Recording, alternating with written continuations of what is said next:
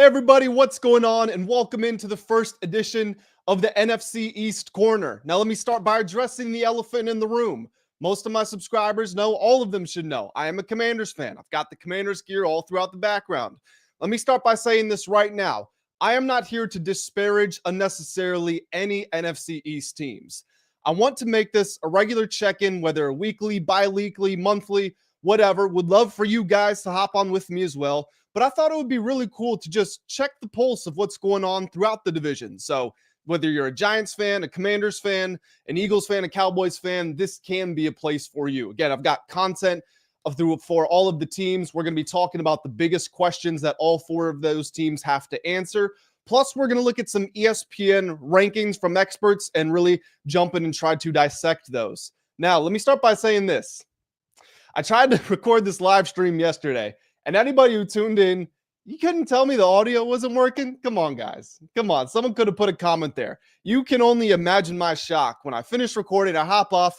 I go to YouTube on my phone. I go to watch back the video, and there's no audio throughout any of it. That was, that was a real slap in the head moment. But hey, as part of being new to something, it's a growing pain. It's a learning process. And we're back, and I can see because the speech bubble is lighting up at the bottom of my screen. The microphone is working today. So, if you guys are excited, if you are feeling this new idea about the NFC East Corner, do me a favor, hit that like button. That is the number one way that you can support me.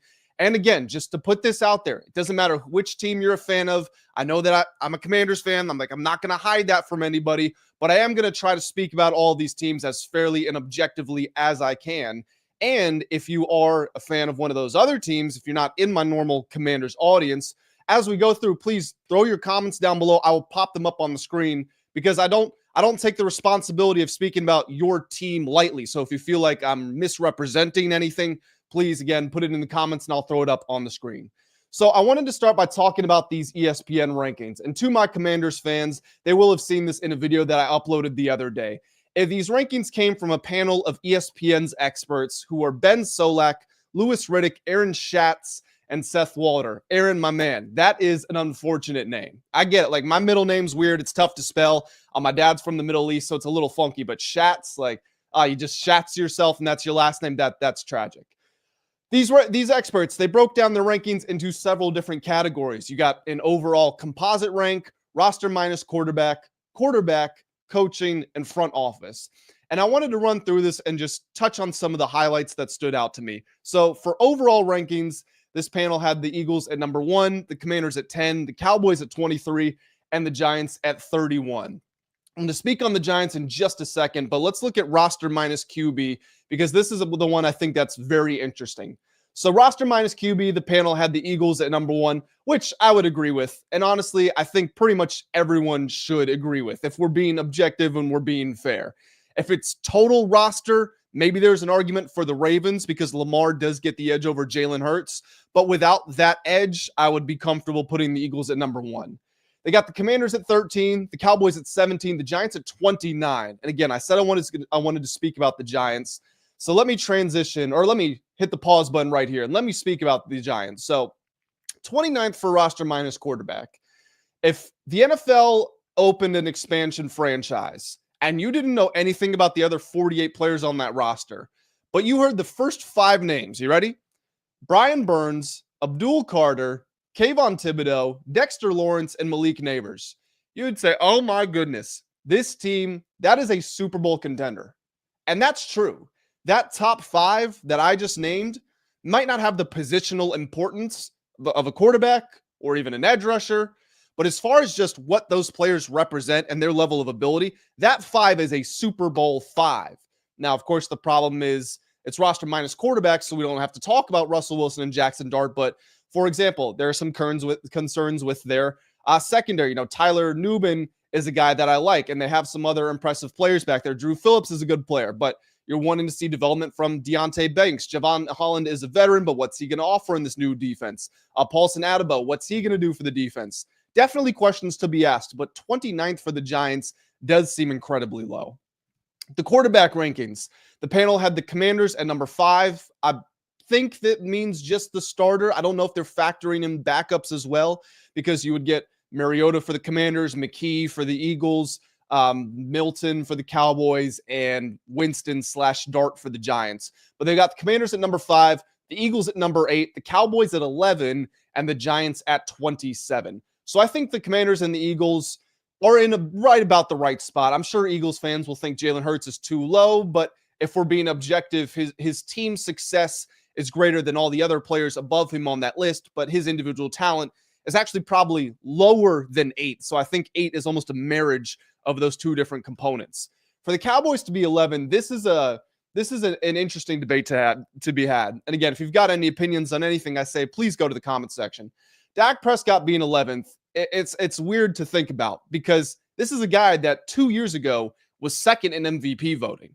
We know Dak can hit an elite standard, and anyone who acts as if he can't is only lying to themselves. If I'm building a franchise and my choice is Dak Prescott or Jared Goff, personally, I'm taking Dak Prescott. And I know that might be a controversial opinion, but that's how I feel. But with that being said, when you get to the playoffs, we have an 8-9 year history now of Dak Prescott not performing. He's only got 2 wins during that entire time, and his general play has declined significantly once he gets to the postseason. So just like Jalen Hurts being 8 is a marriage between his production and the team's production, I think Dak's biggest problem is finding the middle ground between what is he in the regular season, what is he in the playoffs. There is no guarantee that he will be an elite regular season player anymore because he had the broken foot earlier in his career and he had that hamstring injury last year. Are those going to start to add up? He doesn't really run anymore. He's not a dual threat. He's simply a pocket passer. So how's he going to look this season? The Giants at 27, I think that's too low for Russ. Maybe that's a bit of projection there, but I don't have anything super bad to say about that. And then coaching in front office, nothing very strong just jumped out. The Eagles at 10 for coaching, the Commanders at 16, the Giants at 30, the Cowboys at 32. That one makes sense to me. And again, Cowboys fans might be a little upset by that, but let's be honest. Brian Schottenheimer is a first-time head coach. The Cowboys were so confident in him that they didn't really have a coaching search at all, yet no other team in the league wanted to interview him for the job. So I think it's fair to say that it was an underwhelming hire. The Cowboys' new offensive coordinator, Clayton Adams, never held that position before. The closest he got was he was a co-OC at the University of Colorado in 2018. I had those numbers pulled up. I think I closed them, but that year that he was a co-OC at Colorado, Colorado was 80th in scoring per game. They averaged about 27 points per game. They were 6th in passing yards in the country, but they were also 134th in rushing yards. So whether that's because they were playing behind or whether that was just the game plan, not going to lie, I didn't break down the 2018 Colorado film, so I don't know. But I am concerned if I'm a Cowboys fan because Dallas is already going to be pretty lopsided between pass and run, you would assume. They've lost some key pieces on that offensive line, Zach Martin being the most recent to go. Sure, they replace him with Tyler Booker, but Javonte Williams is your lead back. He's averaged less than 4 yards per carry for each of the last 2 seasons. After that, you've got Miles Sanders, who insists he's on a revenge tour, but probably, I think, doesn't have anything left in him. And Jaden Blue was like the 3rd or 4th best running back on his own college team. So how is he going to help carry this Cowboys running game? I don't think it's going to happen very much. So I get why the Cowboys are last for coaching there. I could make an argument that the Commanders at 16 is a little disrespectful. And while I like Joe Witt Jr., I would assume it's his side of the football that's dragging him down. But I got to be honest, I'm not going to blame Joe Witt because he wasn't given the pieces to succeed. It's not like he walked into a room that was stocked with talent and the defense significantly underperformed. No, this team went from 4-13 to 12-5 and an appearance in the NFC Championship game. The offense with a rookie quarterback was elite. 4th quarter comebacks. The running game was really good, except for those big games against strong defenses. The passing game, we know what Jayden Daniels was. For them to be 16, again, feels low. I haven't made my full rankings, but I would expect them to be closer to the top 10. And then the front office rankings, our final category here for the ESPN panel. They had the Eagles as having best front office in the league. Again, not going to find many arguments to that. The Commanders at 8, which might be a little premature. We'll see how Adam Peters gets through this McLaurin situation and how year 2 goes. The Cowboys at 22 and the Giants at 31. So with my thoughts on all those teams, all the NFC East teams out of the way, let me now talk about the biggest questions that I have moving into this season. And guys, once again, if you are here in the live chat anything I say, whether you're a fan of the Commanders, like most of us on this channel are, or you're a newcomer supporting a different team, throw your comments down below. I'll pop them up on the screen. I really value the feedback. Also, hit the like button if you are enjoying the stream. So, who do I want to start with? You know what? Let's start with the Cowboys because I kind of alluded to it already. So, my biggest question for them is going to be their coaching staff. And sure, part of that is the schematics. Again, first-time offensive coordinator who in his one season as a co-OC, there was a very strong inclination to throw the ball instead of run it. First-time head coach. I also feel as if I feel like he's trying to create his image as a head coach very quickly by creating this sort of authoritarian style, making the Cowboys players run gassers, making them do extra at practice. I feel like it is very militaristic, and sometimes that can work, right? Belichick is a great example of that. Super militaristic, won 6 Super Bowls, regarded as the greatest NFL coach ever. But if you don't form connections with your players and or have sustained winning, you're going to burn bridges with your players very quickly. They don't look at as being forced to run suicides or gassers as accountability. They look at it as punishment. And positive reinforcement is often more beneficial for the long term than negative reinforcement. So I would say that's a shaky start already. There's also the constant Jerry Jones headache that is just surrounding and it's like a cloud hanging over everything that happens out on the field. You don't have your best player in Micah Parsons, who's already demanded a trade. Dak's coming off of an injury. This is a really, really tough situation for a first-year head coach to step into. And while Brian Schottenheimer could prove to be a good coach, as I mentioned before, no other team in the league wanted to even interview him. So that shows what the NFL thinks of him, at least at this very moment. Again, expectations can be exceeded. The Commanders did it last year. I think the Giants, I'll talk about them next. I think the Giants will do that this year, but it's a bad starting place for Schottenheimer and those Cowboys. Said I would move on to the Giants, so let's go there. The biggest question, I think, is going to be how are they going to support the defense? Now, I know that that's not the cool question. The cool question is how do you solve the quarterback battle between Russell Wilson and Jackson Dart and Jameis Winston and even Tommy DeVito sticking around? We all love his agent. Jackson Dart looked pretty good in that first preseason game, 12 of 19, 154 yards, 1 touchdown. The team scored 34 points against the Bills. I would still start Russell Wilson. And this might be a controversial opinion because Russ is he's not a lot of people's cup of tea, and he's getting to the later stages of his career. And Russell Wilson certainly is not a Pro Bowler anymore. But if you were just to ask me Russell Wilson versus this quarterback, matter of fact, let's go through it. Do I want Russell Wilson or Justin Fields? Which is funny because that was the Steelers' quarterback room last year. I would take Russell Wilson. I think the Giants have a better quarterback situation than the Jets do. Would I rather have Russell Wilson or JJ McCarthy for this one season? We're only talking about this year. I would probably say Russell Wilson. Would I rather have Russell Wilson or whatever's going on in Cleveland? I would rather have Russell Wilson. Would I rather have Russell Wilson or a 41-year-old Aaron Rodgers? I think they're neck and neck. I think the Steelers' hype is out of control. Rodgers was not good last year. He was not good in his final year in Green Bay. He's got a torn Achilles, 41 years old. I don't think it's going to be a good year. Do I want Russell Wilson or whatever's going on in Indianapolis? I'll take Russell Wilson. Do I want Russell Wilson or Cam Ward for this season only? I would take Russell Wilson. Do I want Russell Wilson or whatever's in New Orleans? I'll take Russell Wilson. There's a lot of teams that you can make this argument for. So when I consider they have competent quarterback play, like let's just call him the 22nd best quarterback in the NFL. You can still get to 7 or 8 wins with that if you have the supporting cast around him. Now, let me loop back to what I was talking about earlier in this video. The Malik Neighbors, Dexter Lawrence, Kayvon Thibodeaux, Brian Burns, Abdul Carter supporting cast. That is an elite supporting cast. So you can get to 7 or 8 wins if the defense is going to be able to support that defensive line. I truly believe the Giants front could arguably be the best in the NFL. Now, because they still have questions in the secondary and their linebackers I like, but they're not elite, you got to find out, are they going to improve with that? Are they going to match their level of improvement to what you're going to see from the offensive line? Are they going to work? Is there going to be synergy? Are they going to work in unison? Or are they just going to be who they've always been? Now, I'm not going to go out on a limb and say the Giants will have an elite defense overall. I think they'll have a top half defense with the potential to get into that top 10 if that defensive line can just wreak havoc every game. And let's be honest, with Dexter Lawrence clogging the middle, they should win the running downs.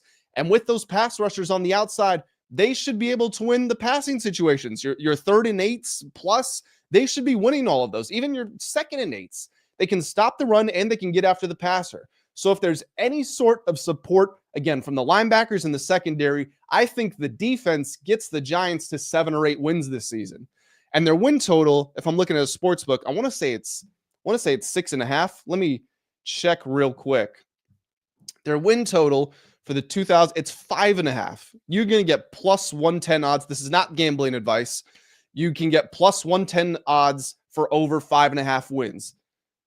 I truly believe the Giants have the roster in place to go win 7 or 8 games. Now, Russ is going to probably disappoint you in some big moments, but he is better than the other options that have been there recently. And if they make the transition to Jackson Dart, he did look solid in that first preseason game. So if you give him 2 months to learn and hand the reins off to him, there's definitely the possibility that this team surprises some people. Now, with me saying all that, the Giants' start to the season is absolutely brutal. So this is their schedule to start the year: at Commanders, at Cowboys, Chiefs, Chargers. Should be 1-3. 1-3 would be good. You get at the Saints, so it's still a road game, but I think the Saints are the worst team in the NFL. You get the Eagles, at Broncos, at Eagles, 49ers. So I do believe that this could be a strong finish to the year because you've got a little stretch where you got the Bears, Packers, Lions, still not easy, but Patriots, Commanders, Vikings, Raiders, Cowboys. This is a brutal schedule all in all, to be fair. But I'm just saying that this team does have the talent to get to 7 wins, let's call it. My biggest concern for the Commanders, and again, Commanders background, most of my videos are about the Commanders, so my community is going to know what I'm going to say here for the most part. My biggest concern is it's not even specific to Terry McLaurin. However, his absence accentuates the problem. My biggest concern is how are you going to beat man coverage? It's a very simple question. It has nothing to do with schematics, nothing to do with roster flexibility or cap structures or anything like that. Can you line up and beat the man in front of you?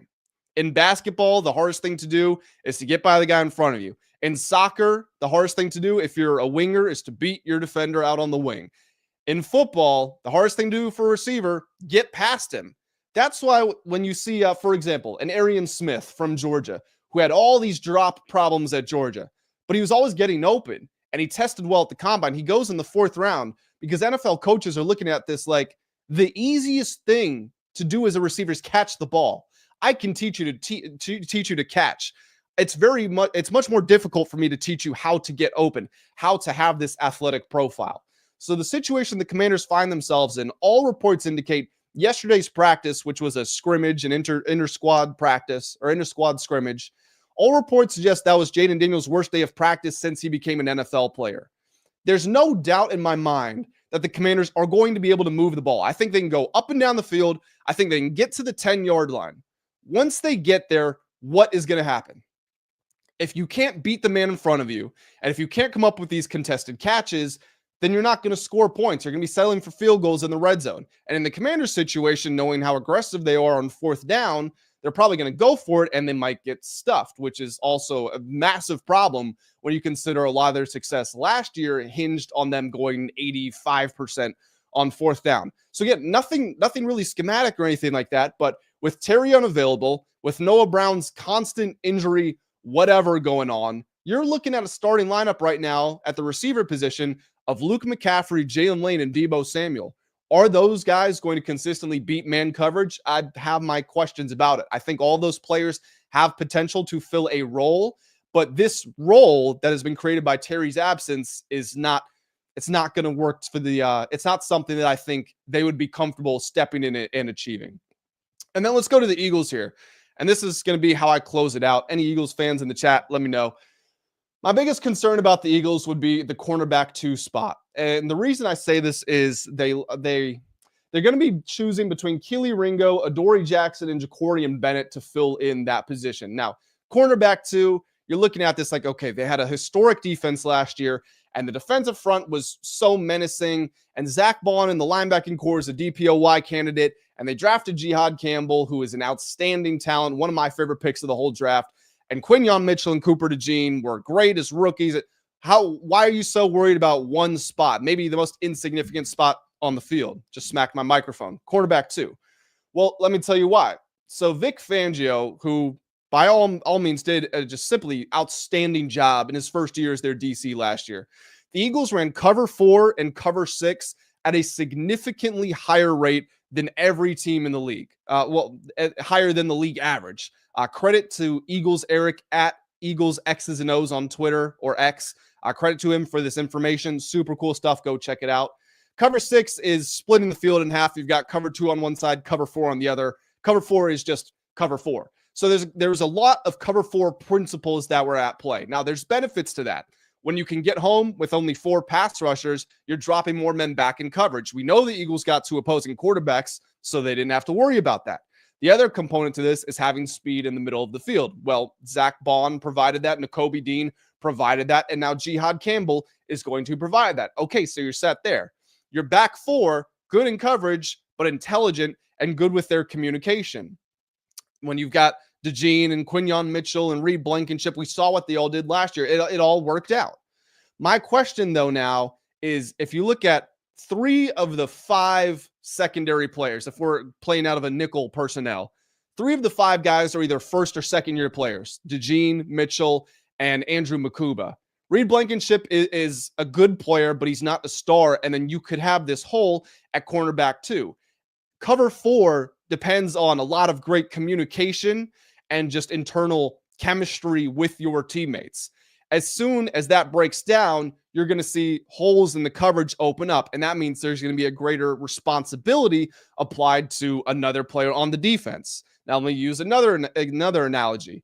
Anybody who watched Georgia play last year, Malachi Starks didn't look like the outstanding player that he did the years before. Malachi Starks now, of course, of the Ravens. He was still a good player, got drafted at the end of the first round, but it looked as if he could have been a top 10 draft pick.